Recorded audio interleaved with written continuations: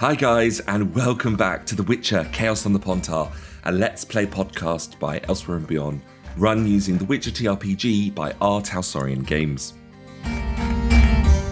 This journey is only just beginning, so if you're listening in, then come and say hi to us on Twitter, at Elsewhere Beyond, or check out our website, elsewhereandbeyond.com, for all the latest news and updates on our projects, homebrews, and podcasts. We'd love to hear from you. Now, let us return to Arthwin, Oda, Vargan, and Gorm in The Witcher Chaos on the Pontar. I think we wanted to find this Sephra and pay a visit to this Madame Bertha character, if I'm not mistaken. Madame Bertha. And we also wanted to go to the morgue. Now, I'm usually not a fan of splitting the party, but do we split the party? That makes it work twice as efficient. How about this, Kim? How many times does that work? I mean, from experience, it has worked quite a fair bit for investigations. Okay. For investigations, it's fine. It's fine. It's fine. We don't know if this is going to be just an investigation, depending on where we go. Truth. Actually, I can think of a few times where it failed. Especially in The Witcher. In The Witcher, yeah, let's not do it. Darling, you've come back without any arms. Yeah, well, we split the party. Yeah. Pretty much. All right, then. So what is your choice? You can split the party if you want. I'm tomfoolering with you. You don't have to listen to me. I'm a firm believer in splitting the party being a bad move. It brings bad luck. So where do we go then? Oda... I imagine we're all standing in the streets between all the shops and what. You're not far from the market. Exactly. This point of the day, the sun's getting real hot overhead. The wind, I'm afraid to tell you, is not howling right now. It's nothing more than a gentle breeze. And you can feel the warmth on the back of your neck, and it's very busy, and people are gallivanting around town.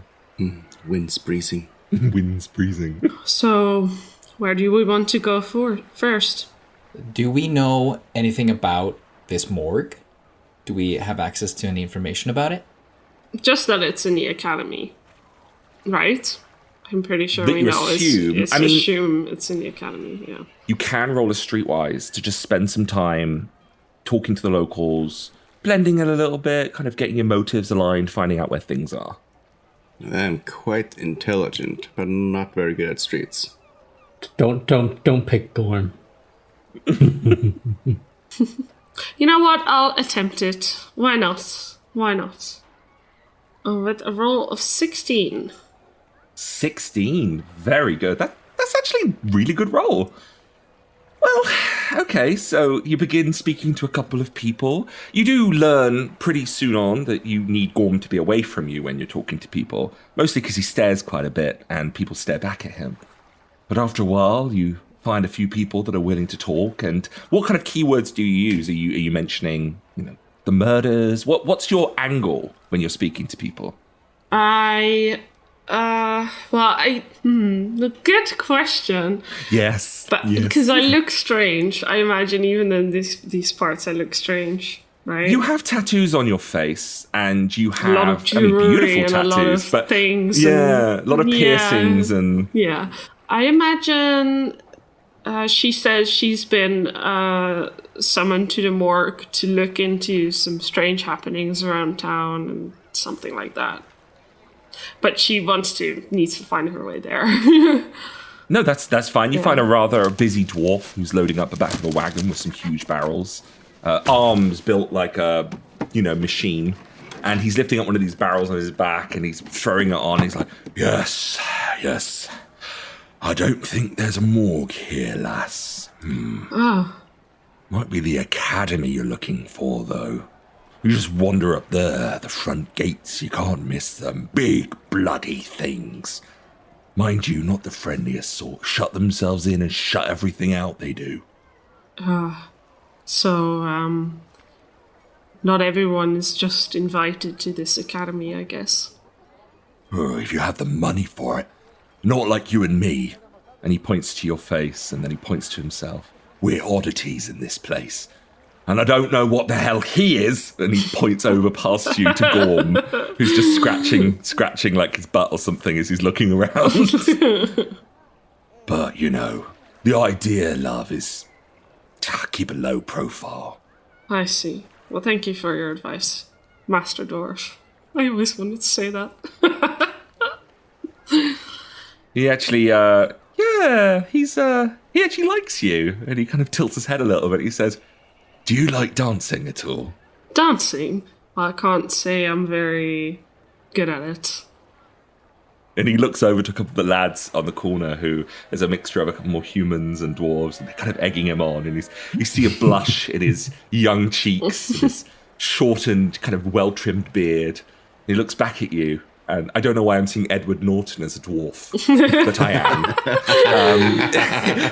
He looks back at you, and he nods and he goes, blushing, could I interest you in dancing tonight at the Three Little Bells?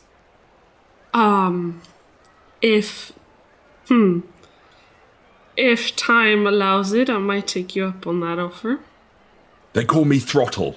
And he bows his head Very as well. he looks at you. Gorm just pats Vargan on the leg like, look, they're trying to mate with your daughter. And he bows his head. You look over Vargan. This dwarf's got his hat off, and he's bowing forward to Oda. He seems a honest sort. It's her business who she decides to dance with. We should probably hurry along, though. I might see you tonight then, Throttle. It's nice to meet you. My name is Oda. It's really nice to meet you. And he kind of has this big smile in his voice. You can hear it. Oh, he shakes it off and runs back to the lads and he goes, I've got a date! My drought is over! And he's calling out to the other guys who start to Oda, you know a little bit more now that there is no morgue. There's just an academy. Just an academy, okay. I go back to the party. It looks like we're either headed for the academy or for Madame... Bertha. Right. It looks like it's not easy to get into the academy if you do want to go there. A low profile is advised. What's a Bertha? I believe she's one of the women that lives in this town, Gorm. What? And she's seen the doctor recently, so we must find her, maybe ask her some questions. Perhaps it would be better to go into the academy with a bit more knowledge on her hands, so perhaps we should talk to her first. Why does it matter that she went to doctor? Maybe she has butt pain. There are ointments for that. In the journal, the doctor was already, or the records rather, the doctor was already behaving quite strangely when Bertha met the doctor. Are you still following, Gorm? A woman. Right. So, doctor sees woman. Doctor already strange. Woman bad. Maybe women know why doctor is acting strange? Woman bad. Yes. That woman not bad. Women might be good. And you're having this conversation as you're walking past the many buildings, and Gorm giving you his wise and studious nods, and often making random guttural noises out of his mouth, and you sometimes remind yourself you are speaking to an animal. How dare you? I tune into my druidism now. Animal speak. Yeah. Well, which way do you pass round? Are you going north and then west of the academy, or are you going west and then north? Because going around the top side of the academy or under it has different kind of sights and views. Where are we now in relation to the academy? You are just south of it, outside the inn, outside of the Three Little Bells. And it's a few minutes walk around both sides. The city isn't that large. Probably makes sense to go west and then north, right? So you do. You wander around the city and you see to your left, which would be west, you see these sprawling docks. Lots of ships have come to harbour. and lots of these big mechanical cranes are putting cargo on. Gnomish designs, if anyone has an eye for it. And lots of little rowboats are there, and through the gaps you see just lots of sailors who are just chilling out, fanning themselves in the breeze that isn't there. Well, that's why they're fanning themselves. Wonderful. But you do see... Great job. This GMing thing is so easy, guys. And then that's when you see the sign swinging over a pair of doors. The sign itself has a rose on it, gold and red. And the building is exquisite and luxurious, almost provocative. Reading over the threshold are the words, "The Rosebud." Well, wait. Gorm kind of grabs Arthwin's leg with his little clawed hands. What kind of building is this? The Witcher looks down at Gorm and gives him a pet. I'll tell you when you're older. No, Gorm's very old. I'm not entirely convinced you're old enough. Is this mating house? It is, actually. Gorm doesn't like those. No. Gorm, no. Do you have a lot of experience with them, Gorm? Yes. Gorm doesn't like it at all. It's very easy to fall in love in there, and then they get mad, and then bards sing sad songs, and it's very bad. I have no words. But Vargid, you see there are two, kind of thuggish-looking fellows stood outside this pair of neat wooden doors. They kind of got these rugged attitudes about themselves. You know, one spits out the side of his mouth. Ooh. The other one has a very thuggish, shaved head. The two of them really kind of giving off some brute vibes. Arthwin? Arden nods at the guards. He's probably the most, scary of us. I don't know. Gorm's pretty scary. Gorm, ever being a man of action, kind of panics a little bit, and then he looks at Oda. Looking for work? You? No. Her? No, my friend is just joking. Nah. Are you sure? He tries to nudge Oda with his elbow. Oda looks a bit taken aback by what the guard said. They kind of wait for you to see what's going on. They don't seem to be leaving their position. They don't seem to be making much of a push. Very popular with dwarves. Huh. I'm not sure.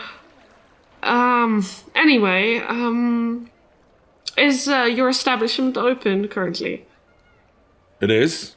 Yeah. All right. Why? You want work? No. I was actually looking for Bertha. Madam Bertha? Yeah, she's inside.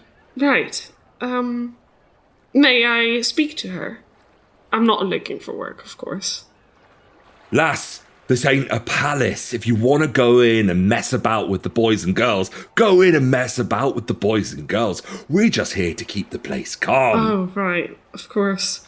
I'm sorry, I'm not. But don't loiter in the street, and not with that thing. Hey! I'm Gorm! Well, upon entering, you will notice an upmarket and quite a tasteful brothel.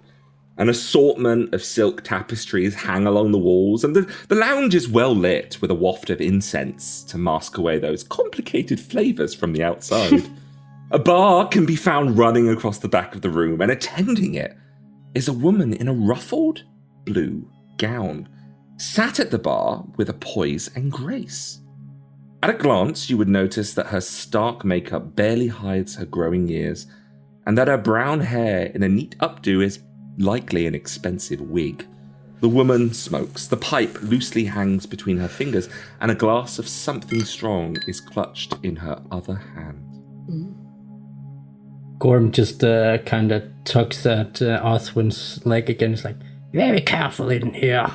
Witch friend, these very evil women use spells very bad, make your head go funny. Oh, no, not good place, no. The Witcher nods at his friend and sort of half takes in his advice. Very careful. Well, they're not all bad, are they? Oh, yes. If they say anything, you just hit them. Dating advice from Gorm. Is that a spin-off we need to do? I'll think about it. Very good. I'll look out for you. You look out for me, okay? Of course. The four of you fill up the room quite quickly, actually. Oda, on the right, you see a selection of mannequins that have beautiful kind of dresses on them. And on the left, Arthwin, you see some plush sofas that you've not sat in anything that comfortable in maybe a month. Bargain, this is very peculiar. This isn't like they do it on Skellige. This is... The Skellige is... Yeah. This is decadent and disgusting. Yeah. I hate this. Yeah. Like in Skellige, it's a hay barrel on the left and a bar on the right. That's all you need. How do you don't pay for it? Like, you're all friends and neighbors. We're all friends and neighbours. And family, And probably. family. Cousin, maybe. You all sit at the bar and wait your turn in the hay barrel. Wow.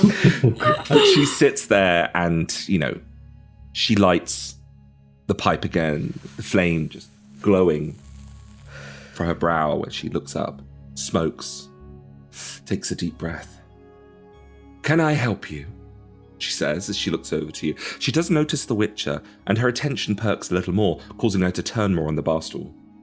Often seduce her to give us information we need. Oh, be very careful. That's a bad person. That's a really bad idea. But let's see. Let me just have a quick look here.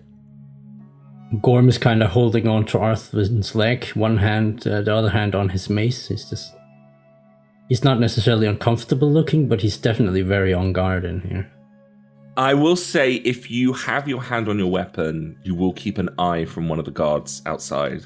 One of the lads does lean on the door frame just to keep an eye on you. Very curious.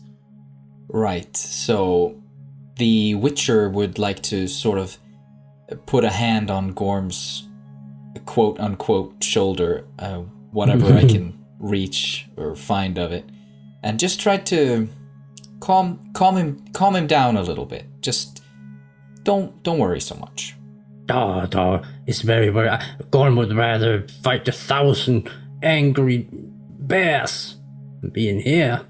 Oh, this is bad. Very bad. You don't have to be in here if you don't want to be. We already have enough cause to have the clientele not approach.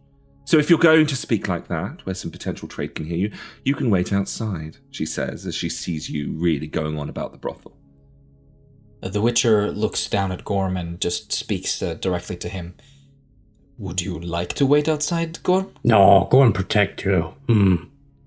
Right, well, try to keep the criticism to a minimum.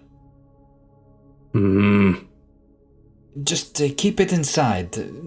If you can do that, maybe later we can find you some bears to fight. Oh. I'm sorry. Can I ask, is there something I can do for you? I want to pretend that it's a busy day, but I'm more just tiring of this exchange. So the Witcher turns to the madam and he says, actually, there might be something we can do for you. You've seen the poster, I take it? Precisely. Good. Then you'll want to know it's 1,200 crowns to find the killer. The Witcher sort of just perks up. Even Gorm's eyes, little beady eyes, kind of perks up as much as they can. Oh. I love this house. Decadence? Bargain's like, decadent is the new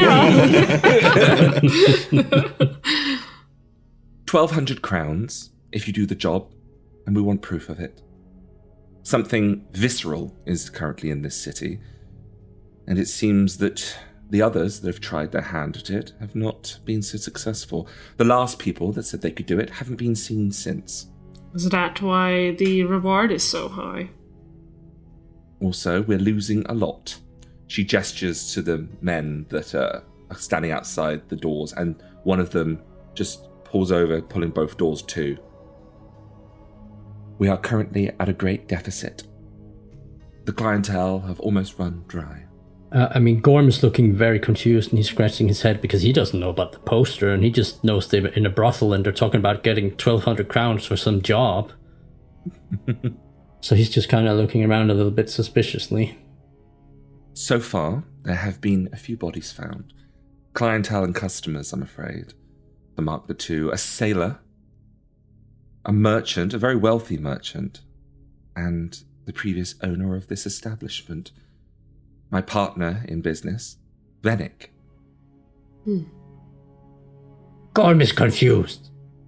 What? She frowns a little bit at the werebub.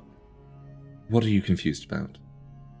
You make people fall in love for money, and then dead people? What? There are bodies being found, and because they have connections to my establishment, people are gossiping, people are talking. And now, do you look around and see this place full and busy of trade? No. No. What is your connection? My connection? To these people that have died? I receive their money, they receive services. That is it. Right. I am the madame of this brothel. After all, it is my job to ensure that the girls are looked after, that this establishment maintains itself, and that the clientele are pleased. When was the last murder that you know of? About 3 days ago. It was the merchant. I assume. Where did it happen?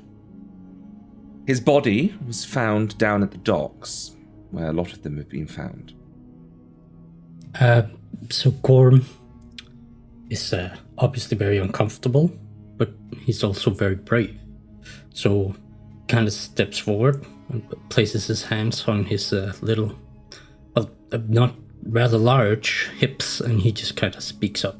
We need to find Barry Doctor and a woman from a book. Berry Doctor? Do you know of Dr. Berryheart? Why do you mention his name? A book in how we went to Dr. House. She turns her gaze towards anyone else there other than the werebub. We were looking for the doctor for an ailment. It's nothing too big, but he wasn't home. She rubs her back at that moment, just, like a kind of a response to the mention of the doctor. And she says, I saw him perhaps 2 days ago, at most, 2 to 3 days. He helped me with an injury I sustained. I haven't seen him since. Very few have. How did he seem to you the last time you saw him? Distracted. Had a slight sweat. His clothes unwashed. Not like him, he's usually a rather dapper fellow. In fact, when he frequents here, he always has a precise mindset. The doctor was a customer of yours? Yes. Though I must inform you now that I am not willing to speak too in hand of all my clientele, especially the elite circle. Dr. Berryheart was considered one of our highest paying clientele. If I may be so bold, have you perhaps heard of a girl named Sephra? That one. Yes, we need that one. At that moment, she purses her lips. She flicks the rest of her ash from the pipe, and she strokes her chin and says, well, I think you know everything you need to know to get you started, and if there's anything further I can do, you must reach out to me. A lot of chores to do. Ooh, intrigue. The Witcher, having no social skills really, just almost basically interrupts her and just goes, yes, actually, there is something more you can do for us. You can answer the question. You can go ahead and make me an intimidation check. Oof. You fumble it. At that moment, as you go to say what you're saying, she's dragging a very large metal-rimmed bucket across the floor. So every time you go and speak, there's a scraping noise that covers your words. You even stop for each other for a second, and she looks at you, wondering what you're saying. Constantly keeps interrupting each other, and the whole momentum of your position and your stance is lost. No, Witcher friend, no. Gorm knows how to deal with women like this. And he kind of reaches his little claw into his belt pouch and pulls out like a little handful of coins. Say there's maybe like 20-ish, and he kind of holds it out towards the madame. You tell us more now, You can go ahead and make a persuasion check at a +3. I'm gonna put 2 luck in as well. Okay, so it's a 5 bonus. 17! Wow, that's a really good roll. She takes the coin. She looks at you carefully. Well, if you wanted to talk business, that was all you needed to say. Sephra is one of our special escorts. She is only seen by a number of clientele. Dr. Venberry Hart was one of them, along with a few other top-tier members of society. If you would like to see her, I can arrange an appointment. Just between you and me, though, if you don't mind. It doesn't need to meet Wildrum. Gorm kind of looks around, unsure who to put up for this. To him, this is like the most dangerous task, to meet one of these women, right? So he kind of... Gorm will do, but very dangerous. Maybe Mr. Wagen. Or Arthwin. Oh, I that's very think our brave. lonely Witcher friend could use some company. I pat him on the shoulder. But Father Oda is very handsome. Thank you. Classically handsome features. I must let you know that it is 80 crowns for an evening with Sephra. She looks around hesitantly around the room as she's saying this to you, just making sure that she's got her eyes clocked on all the entrances and exits as she says it. How much for 2? Suddenly, there is a loud bang from up on high. Soon follows a naked man sent over the railings from above. His body tumbles down 2 to 3 meters with a hard smack onto the floor beside you. Heavy footsteps make their way down the staircase from the balcony to your right. A rough and wild-looking man approaches. His bushy brown hair streaked with grey, his eyes burning angry and bitter. That's why you don't sleep with that girl, you ploughing stain. You're fired, and if I see you again, you're dead. The words barely leave his mouth before the lads from outside enter the establishment, dragging the struggling man off the floor and outside into the street. The gruff fellow then approaches the bar and pours himself a glass of something strong, vodka from the aroma, and you watch as he finishes it in a single glug, slamming the glass back down into the bar. Madame Bertha gives you all a sharp and avid look, a look of enough, speak no more of it, and she takes a step back, grabbing the bucket and the mop, and continues to work.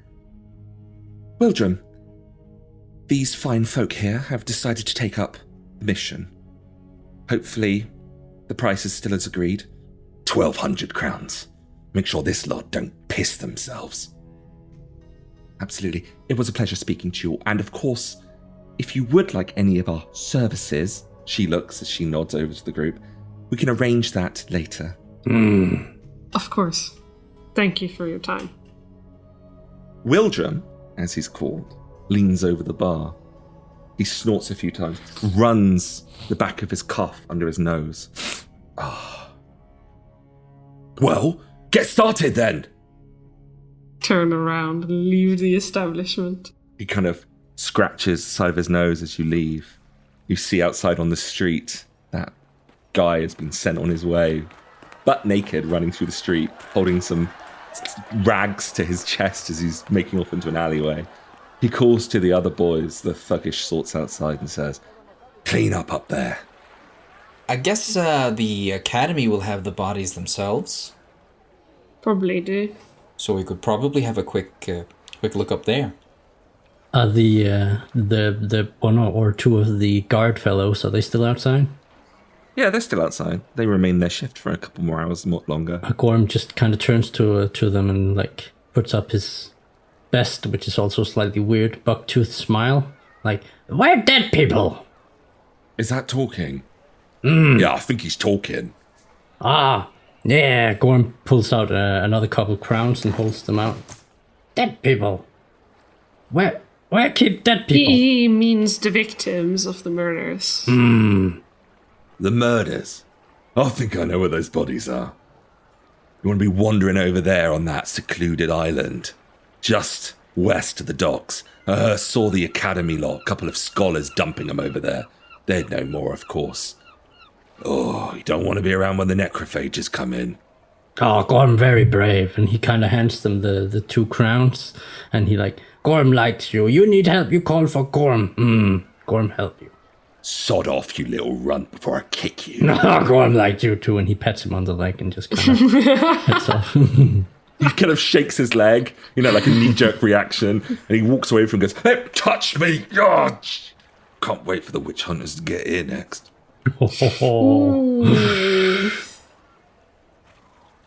Trigger word. Flashbacks. Absolutely triggered. And then Oda incinerates the Oh, entire... yeah. Her eyes go white. Everyone dies. We go over to dead bodies now, Sounds like a good idea to me, Gorm. Sounds like our best lead so far.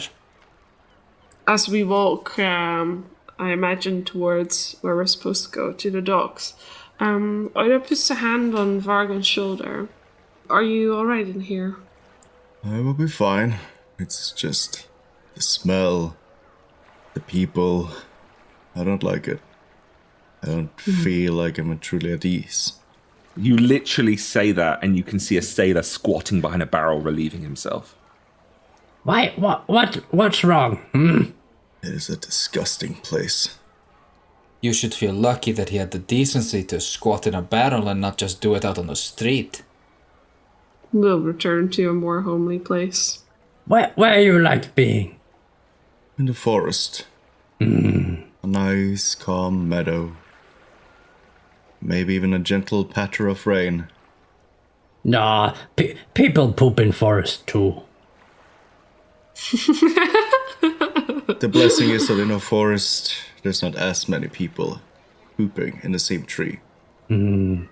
Deer poop too. You hear in the background one of the other sailors going, "Oh, Hank, don't wipe it on your arm afterwards, you dirty ploughing arse."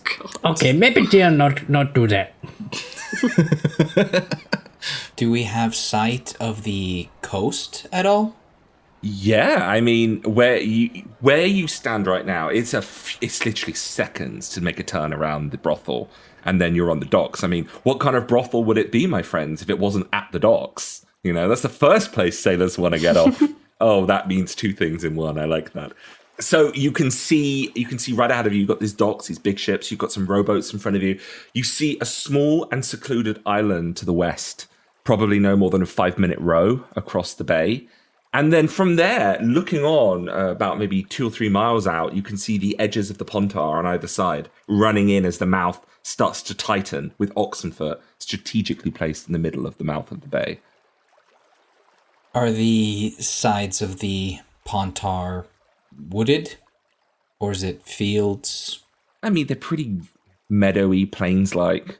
There's some trees sporadically placed here and there. Why? What's on your mind? I'm just thinking how far Vargan is from the nearest forest. Oh my goodness, you are a little while away from a decent forest. It's very open here. But there are trees in the city, not that they're healthy. Poor things. It's okay, Warwick. We go talk to dead people now. They don't poop much. Actually, when a man first dies, he releases entire bowels. Oh, Gorm has smelt this before.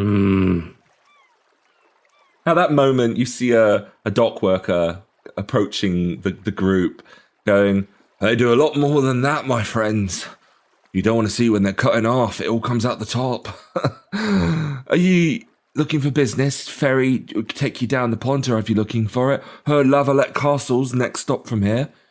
you looking maybe to go actually- to Nova? He pauses as you start speaking, Vargan. We are here to investigate the murders, the dead people that's been found. Oh, he starts clicking his fingers at you. Oh, yeah. You must be talking about our poster on the notice board, right? Mm-hmm. Oh, that's... they had one of the sailors was one of them, actually. Like a really bad way. You know that they're on the island over there, right? Keep them away from the necrophages? Oh. You mean to say they deposit all the corpses on a small island? Yeah, after the academy lot, was it one of them scholars told us to take them over? They done all their looks. They had all their looks. They didn't find anything they noticed. You take us there. You have boat. I'm a busy man. Yeah, I can take you over, but it's going to cost you. You make me an offer. Oh, Gorm just takes another handful out, I guess, at around 20 coins again-ish, and he holds it out in his little clawed hands. Slight GM question right now. Where is this money coming from? Have you had pouches of coin on you? Yes, and I have been reducing them, don't worry. No, I'm just thinking if I should notice this for the old urchins and street pickers, the pickpockets. Gorm has his... How much do you have on you? I'm going to ask now. How much? 255 now that I've... Oh my gosh, you have around you 4 to 5 full packages. I'm going to have to make a note of that. Jiggling 4 coins. to 5 massive. And I will state this, at this point, guys, you do notice that the werebar behind his cloak and his kind of full winter clothing, you do notice he's keeping way too much coin on him. So you hand over the coin and the man gestures over to one of his rowboats. All right, I'm quite busy. I haven't really got the time to be taking you, so you take that one. I'll call her Jenny. No, Gorm likes Jenny. You've been very helpful. Thank you. You find your way over to the boat. This little rowboat. It's enough to get 4 of you in. And the fisherman or the sailorman kind of directs you to it, tells you to get it back before the sun goes down. He doesn't want that thing kind of, drifting off somewhere out in the bay. And you get on in. Who is going to do the rowing? I want to know. Because this is... Gorm. With little arms. The Witcher steps into the boat, assuming that he's going to be the one doing the rowing, but Gorm just immediately overtakes. Gorm, you have a slight issue, though. Aww. When you sit on the bench that allows you to access both oars, your hands are too stretched up high above you to reach the oars because you're quite small. So you're going to need to sit on someone's lap in order to have a bit of a perch up to do it. Or you could let someone else row. When I need lap now, okay? You come sit here, okay? I think it makes perfect sense, because if Arthwin is already sitting there, assuming he's going to be the one rowing, and Gorm just, Arthwin, I need lap, and just... Yeah. He sits on his lap and he grabs the oars, and he's even got an armchair now. This is very comfortable. Yes. Very nice. And you get good leverage there. Arthwin, every time he pulls back on the oars, you feel yourself straining to push forward because he's still a little guy. He's strong. And it's a warm day, so there's kind of a slight tinge of wet fur. Extra sensitive nose picks that up. This is very comfortable, Arthwin. We always do this, okay? Always. Yeah. Every boat, every time we... Also just in chair, okay? Also in chair. In chairs. This is how we sit now, the two of us. We're bound at the hip. But Vargan and Oda, you sit facing them and just keep an eye on the way you're heading. So you navigate away around the boats and you guys do start working your way across the short bay. It's now getting into about the afternoon, middle of the afternoon. Gorm, you expend 15 points of your stamina to row them across the bay. So reduce your stamina by 15 as the party starts to see this kind of island getting closer and closer. Oda, you see it, along with Vargan first, this very sporadically kind of littered island. It's got a simple hut on one side, a few gnarly, dying trees in the middle, attacked by the salt and the acrylic nature of the ocean. The rocks up high, the very area you would alight and land, all kind of abrasive and foul. You keep getting closer and closer.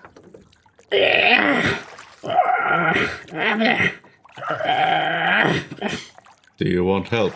No, Gorm's fine. The Witcher clutches his medallion, which you may notice has begun to vibrate, and he looks around trying to catch any sight or evidence of any creatures that may be wandering the shore. Okay, make me an awareness check. You just critically succeeded and rolled a 30. I'm going to let you have everything now. It starts with the bubbling. You're likely no further than a meter from the water's edge as Gorm rows the boat to shore, and you can hear the scuffing as the boat meets the sand beneath it, soon coming to a stop. Vargin, you instinctively stand. You're ready to get out and push the boat up and out of the water. Arthwin, before he does, you see this shadow moving in the shallows to your left and right. What then follows is this acrid stench of death on the air, a foul pong of rot and decay. And after that, the sound of gurgling, chattering and ominous slithering all around you beneath the sand and inside the murky waters. Right. Is this drowners I'm sensing? Like, I'll make an assumption. Vargin, are you making a move to get out of the boat? Yeah, probably. He has no reason to suspect otherwise at the moment. So he's probably looks like he's about to, just bound off. So the Witcher instinctively draws his silver sword and blocks Vargin's path. Wait. You put your hand out. Let's see. I think the best course of action here is to prepare by turning around, gesturing towards the bubbling. Look. Drowners. Bursting out of the soft soil, pulling themselves out of the shallowed waters, you see these creatures, first their backs coming up out of the soil and the sand, and then followed by the extension of their legs. Oda, I need you to roll me a courage check, as to just to your right, you see one of these heads snap up with these toothy maws as it spits and screams in your direction. 19. Everyone else, apart from the Witcher, can now go ahead and make me courage checks. Very good. Everyone's pretty good. Vargin, you feel a little bit like uh-oh. You're not enough to be shaken, but you're definitely hesitant. You haven't seen a creature in a while. As these creatures burst out, these drowners pull themselves out of the soil, and we are going to go into combat. So, without further ado, at the top of the round, Arthwin, perching over the boat, your silver sword drawn, you're now noticing as 4 drowners are closing in on the vessel. What are you going to do? Let's see. I would like to pop an Igni on the first one. Be aware that you are on a wooden vessel. You know, things can happen, and this is your only boat over here, so... Well, I'm going to make an executive decision that is a risk that I'm willing to take, and go ahead and give you a basic roll. Of course you may. Well, that is absolutely 22. Well, the creature to your left, because you're aiming the Igni to the one closest to you, I imagine. Or is it the one on the right of you or the left of you? It is the one on the left. On the left of you? The one that is... So Gorm is... So just the pictures for the people listening. Gorm is sat at the oar seat just to the left of you. You're crouched above him. You move your left fingers over with your sword in your right hand, and you perform the sign of Igni to the drowner that's scrambling for the left-hand side, the port side of the rowboat. All right. Well, you are obviously up on ground now with this boat. You've pulled yourselves in. So you've cast the flame spew at your fingertips. How much stamina are you pouring into your side? Max, please. Wonderful. 14 points of damage. And it is on fire. The flames spew from your fingertips, engulfing the drowner.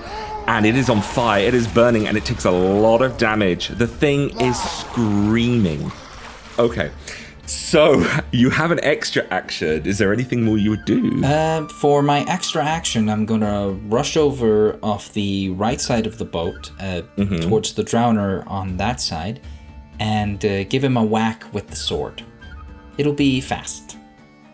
19 and 16. Great rolls. All right, these creatures are very instinctual. They're going to attempt to dodge away from your strikes. The Drowner defends itself from your first attack by rolling a 21 against your 19, and on its second defense, scores a critical success of 28. You slice forward in this repetition of strikes, and both times the Drowner swoops and lurches, and your sword finds no purchase against the enemy. Okay, with your action, extra action, and movement used, the next person in the initiative is Vargan. What are you going to do? Alright. Oda, get behind Orfwin. I'm then going to, with heavy steps, creak and sway the boat as I step to one side. And jump off with the sickle in hand. And as I land down next to Orfwin, there will be lots of yellowish energies coming from his left hand as he makes the sign of Quen with his available hand. Go ahead and make a spellcasting check for me. How much figure are you using? I'm gonna spend 5. Then you have to tell me how much health that is, because I'm really bad at... So it's 5 per point, so that's 25. So you get a 25-point shield. This shimmering energy now protects you, and you will be able to shrug off quite a fair bit of damage going forward. Now, you still have an extra action left. I do. I'm gonna do against my better judgment, a strong strike. Okay, with the sickle? With the sickle against... the guy that's in front of Orfwin that did all the god dodges. He is outnumbered, so we'll see how he gets on. This is an extra action? Wait, extra actions have penalties, don't they? They do have penalties. May I change it into quick strikes instead? You may definitely change it into a quick strike, and you are very smart to do so. They're good rolls. They're good rolls. A lot worse. You go ahead and roll a 16, and your second attack is a 15. The creature is going to dodge -1, might I add, because it is outnumbered. 15 is not enough to defend the first one. It would have been without the outnumbered bonus. And the second one, it definitely succeeds on with a 17. However, you do strike... can you go ahead and roll the target location again, because it doesn't have a wing or a tail? Oh, okay. It's right limb. Okay, you heft your sickle down and cut into its right leg, slicing flesh and fat, well, what little the Drowner probably has, and you make a lasting mark on the monster. Oda, you've just watched as your father leapt into action, sickle in hand. You and Gorm are still aboard the rowboat, so I've got to ask, what are you going to do? Oda's eyes widen. She looks quickly left and right, and suddenly her father's advice doesn't seem so bad. So she grabs her staff, and she's going to hop over the seats of the boat to Arthwin's other side. I think I can get there, because diagonal counts, right? Like, you can go diagonal. Yeah, that's so fine. Easily, you can get there. And with my staff, I'm going to try and heroically thwack it. You're going to whack it across that. Well, things taking some minuses now because it's truly surrounded. You rush over the boat. You leap off. I say leap, everyone listening. It is like a 1 foot jump. I mean, if anyone fell on this, it would be terrible. She leaps off. She swerves around Arthwin. She grabs her staff and she's holding it a little bit more like a club staff right now. And I want you to go ahead and make me an attack. Now, are you making a strong strike? Are you making some fast strikes? I'll do strong strike. 10. 10? Hey, something. Hey. You're not a combatant. Yeah. It has a -2 to its defenses. It is going to try and dodge you right now. 12. I'm so sorry. It's not enough. As you swoop, and Arthur, you watch as your new comrade goes into club, and she just puts a little bit too much back into it and nearly wobbles straight into the Drowner. You instinctively grab her and just push her back, just like a foot, before she headbutts the Drowner instead. Oda, you still have an extra action. Would you like to use it? I mean, is it possible to go in again, or does it give me a super bad penalty? Let's try it. Does normal attacking also use stamina? Or... No, standard attacks don't use stamina. Only extra actions, like these fast strikes you're doing now. 10 and 12. They're good. 10 and 12, not bad. Again, the Drowner is... By the way, the Drowner is looking tired now. Yes, Drowners and other enemies also have to adhere to stamina rules. This poor Drowner is just getting more and more, fatigued as it's fighting for itself, and it's going to go ahead and roll 2 more defenses. Ooh! Fumbled. I just fumbled really badly. I rolled a 3, and I fumbled by 7 on the first one, and the second defense... Oh, I roll a okay, 15. one attack. I'm afraid that the first one fumbles pretty badly, though. I think it's enough to be on the table. Go ahead and roll me the damage and look at torso. Very nice. It is going to make a stun save, and it is going to roll a... It is stunned. You've managed to whack the Drowner in the torso so hard that you've stunned it. Mark off the 10 damage there as well. And the Drowner, I'm going to roll this d6 to find out which critical wound it suffers. Oh, okay, as a reduced healing rate. Okay. I don't know if that'll play much into its future, as I can't say if it really has much for future at all, but, there we go, perhaps we'll see. Well, if it wins, we'll just play him. We'll just play him. Well, just note that Drowner is now stunned, and it will be a full round action for it to break out. Oda, you strike hard with the first one, clunking into the torso. The creature looks dazed for a second, but you're so into that swing that when you went to make the second one, you do actually slip over on your knee. And Arthwin at this time, it hurts a bit, but he just grabs you by the back of the neck and just lifts you back up again as you're slipping around in the soft sand. It is the Drowner's turn now. I'm going to go ahead and work from right to left. I'm going to roll a stun save for that Drowner to see if it can break out of its dizzied haze. It does not. It's still very much stunned. The second Drowner, however, is going to launch itself at Vargan. All right, Vargan, how would you like to defend a fumble of 9? Okay, so I rolled a 9. I fumbled by 4. It's not enough to be on a fumble table. I will say you still have to try and defend a 9. I'm sure you'll find a way. He'll hear it in the waters slightly off to his right. He sees it running towards it. So he's going to very defensively, like step backwards with the sickle in front of him in a sweeping motion. So more or less he's just trying to slightly distract it as he himself positions himself further back. With a reposition. 21 is more than enough. You sidestep to safety, and the Drowner lurches forward with teeth and claws bared, missing you entirely.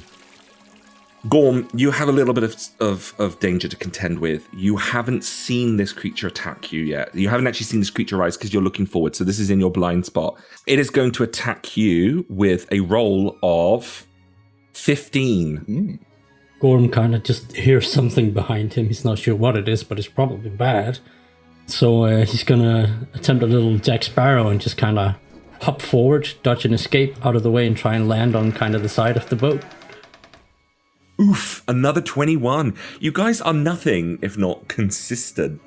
Either way, Gorm, you hear the Drowner approaching from behind and you swerve out of the way. And you turn to face the burning one, whose turn it is, by the way. We now get to the one on the left, the one that originally Arthwin had blasted with Flame of Igni.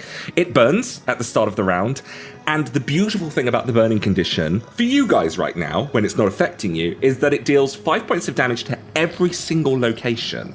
And then, modifiers are installed, so 3 times that damage on the head, half the damage on the arms, so forth and so on. And these creatures are also vulnerable to fire.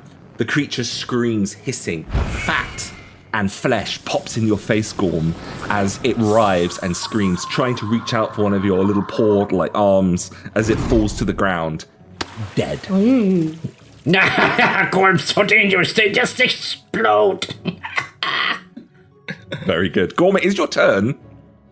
It is Gorm's turn. Well, seeing this Drowner explode just by looking at Gorm's might, he's like, this is going to go well. So he just kind of turns back to the one in the boat.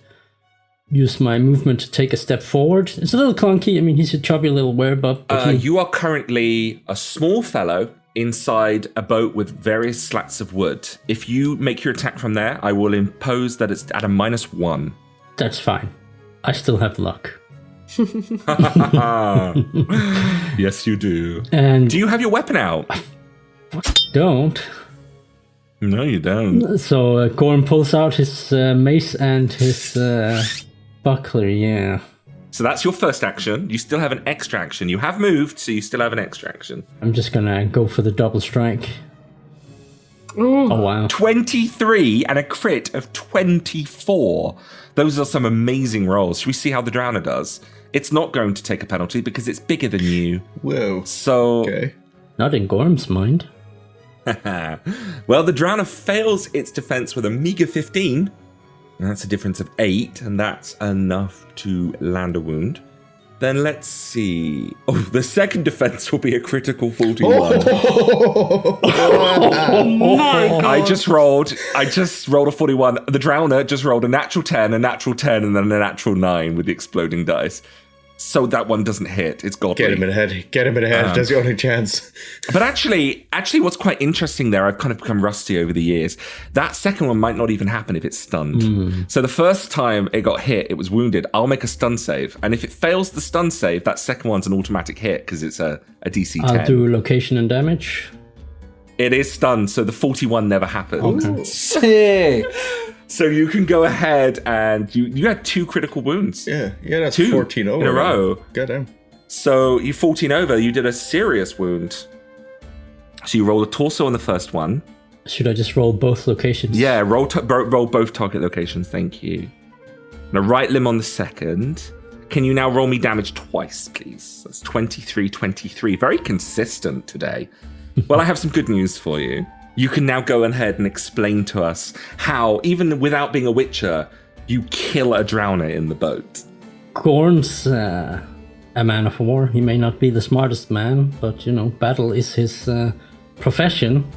So pulling out his buckler and his mace, he just kind of yells out his little war cry of "Ah!" And he starts to just madly swing this little blunted mace at the creature's torso. At the stomach, he just kind of punches away, and then also swings at its arm. And as it falls down, Gorm just kind of hops over it and just starts to smash down on it, just to make sure it's dead. Double tapping. Just pulp going everywhere. Yeah. More than double tapping. We're about 8 or 9 taps at this point. Exactly. Anything short of taps, they're colossal smashes of the So mace. all they can see on the other side of the boat is just Gorm yelling and hammering into the boat, just gore spilling up all around him. I love it.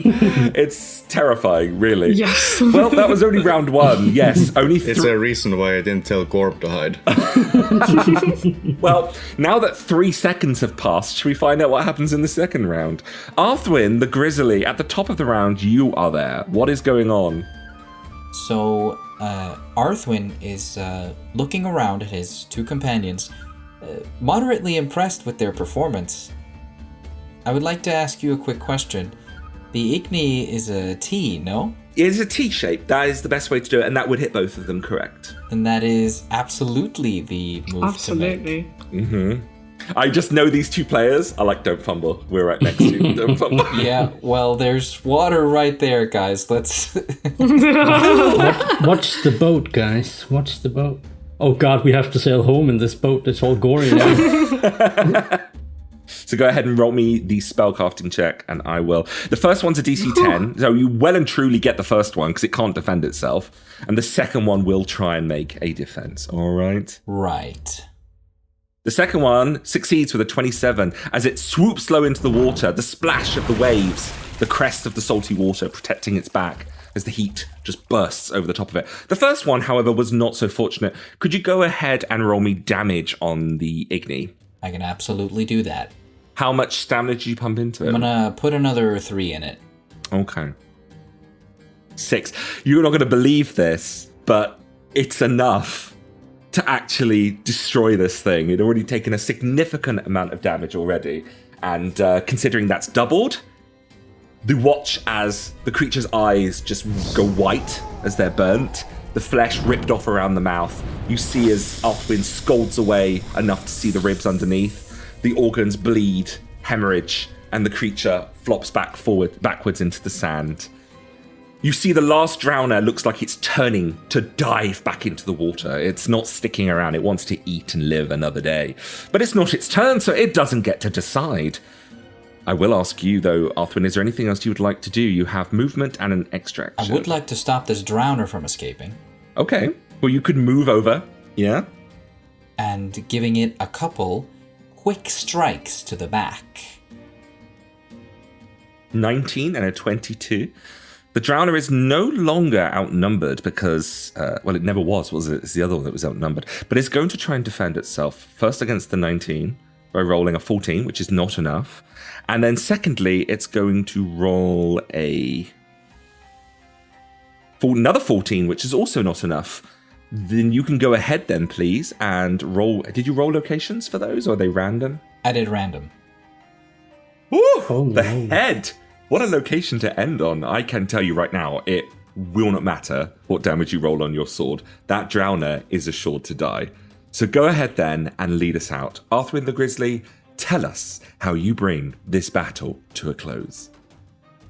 Right, so Arthwin sees this drowner turn on its heel and try to escape, and instinctively he rushes over past the charred corpse of the other one and brings his sword firstly straight through the chest of the beast, and then rips it up through his body, splitting his head in two.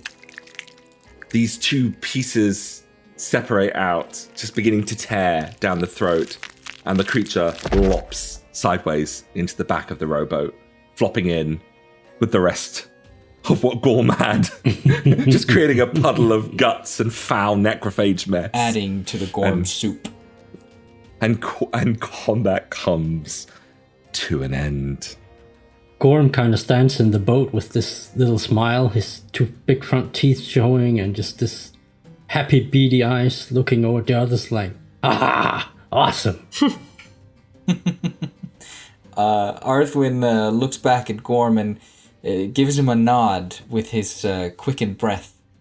Awesome indeed. Oda shows much less of this enthusiasm and just kind of still shaking. Yeah, shaking a bit with the staff in hand, but slowly. Adrenaline. You might notice that last time Arthwin wasn't super fond of seeing all those people die, but necrophages can die all day long. But you didn't get paid for it.